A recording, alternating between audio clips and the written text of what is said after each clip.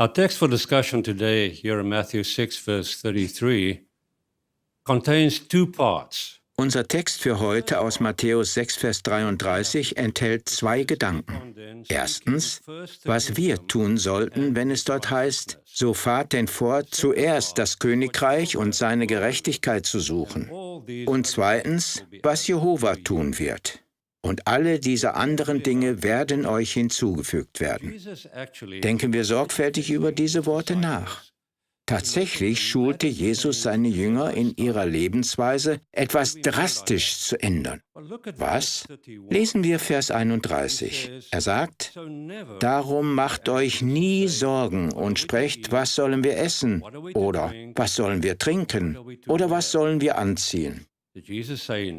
Hat Jesus nie gesagt? Ja.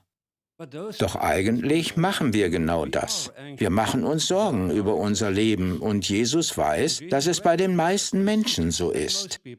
Er sagt hier in Vers 32, denn all diesen Dingen streben die Nationen begierig nach.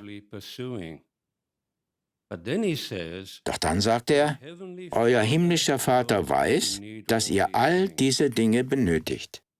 In diesem Kapitel erklärt Jesus einige wichtige Grundsätze, die unsere Sicht auf unser Leben verändern. Verändern, wie wir unser Leben im Verhältnis zu Jehova sehen.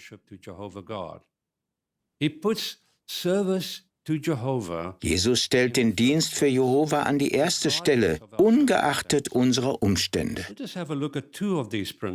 Betrachten wir zwei dieser Grundsätze.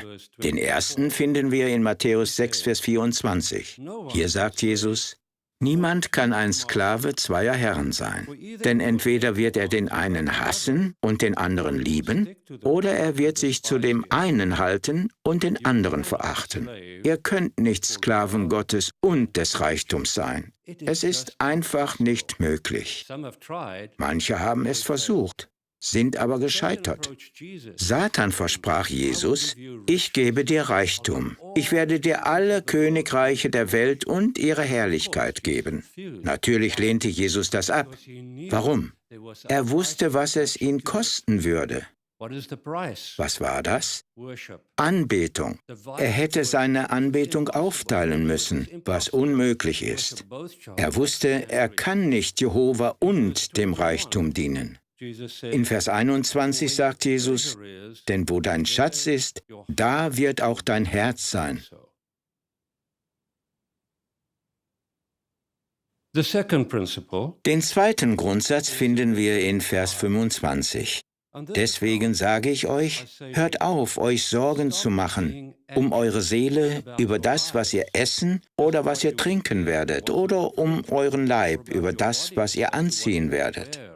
Und jetzt kommt der Grundsatz. Bedeutet die Seele nicht mehr als die Speise und der Leib mehr als die Kleidung? Man kann ein Vorratslager voll mit Essen haben, doch ohne Leben kann man nichts essen. Man kann ein Lagerhaus voller Kleidung haben, ohne Körper kann man nichts anziehen.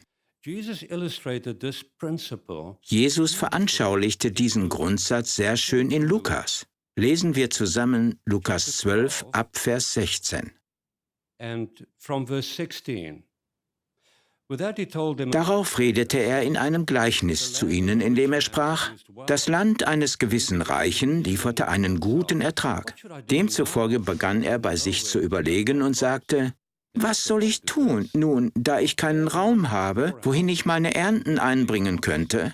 Da sprach er, so will ich's machen. Ich will meine Vorratshäuser abbrechen und größere bauen. Und ich will dorthin all mein Getreide und alle meine guten Dinge einsammeln. Und ich will zu meiner Seele sagen, Seele, du hast viele gute Dinge für viele Jahre aufgehäuft. Lass dir's wohl sein. Iss, trink und sei fröhlich. Gott aber sprach zu ihm, du Unvernünftiger, in dieser Nacht wird man deine Seele von dir fordern. Wer soll dann die Dinge haben, die du aufgespeichert hast? So ergeht es dem Menschen, der Schätze für sich aufhäuft, aber nicht reich ist Gott gegenüber. Jesus hat nicht gesagt, dieser Mann sei nicht ehrlich oder dass er nie an Gott gedacht hat. Er setzte seine Prioritäten falsch. Er konzentrierte sich hauptsächlich darauf, Reichtum anzuhäufen. Sein Fehler war, was wir in Vers 21 lesen. Er häufte Schätze für sich selbst an, aber keine Schätze vor Gott im Himmel. Er war nicht reich Gott gegenüber. Und genau darum geht es, oder? Unser Dienst für Jehova, unser Leben für Jehova ist das Wichtigste. Jesus sagt am Ende von Vers 15, denn wenn jemand auch in Fülle hat, kommt doch sein Leben nicht aus den Dingen, die er besitzt. Wir haben also zwei sehr wichtige Grundsätze besprochen. Erstens, nicht Reichtum an die erste Stelle zu setzen, sondern unseren Dienst für Jehova. Und zweitens, so fahrt denn fort, zuerst das Königreich und Gottes Gerechtigkeit zu suchen. Und alle diese anderen Dinge werden euch hinzugefügt werden. Wir wissen nicht genau, wann das Ende kommt, doch wir wollen fortfahren, zuerst das Königreich zu suchen.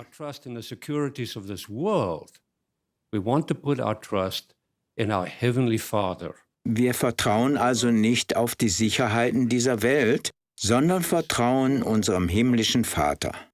Jehova gibt uns alles, sogar mehr, als wir benötigen.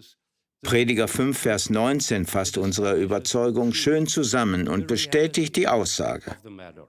Es heißt dort, auch jeden Menschen, dem der wahre Gott Reichtum und materielle Besitztümer gegeben hat, den hat er ja ermächtigt, davon zu essen und seinen Teil wegzutragen und sich seiner harten Arbeit zu freuen. Das ist die Gabe Gottes.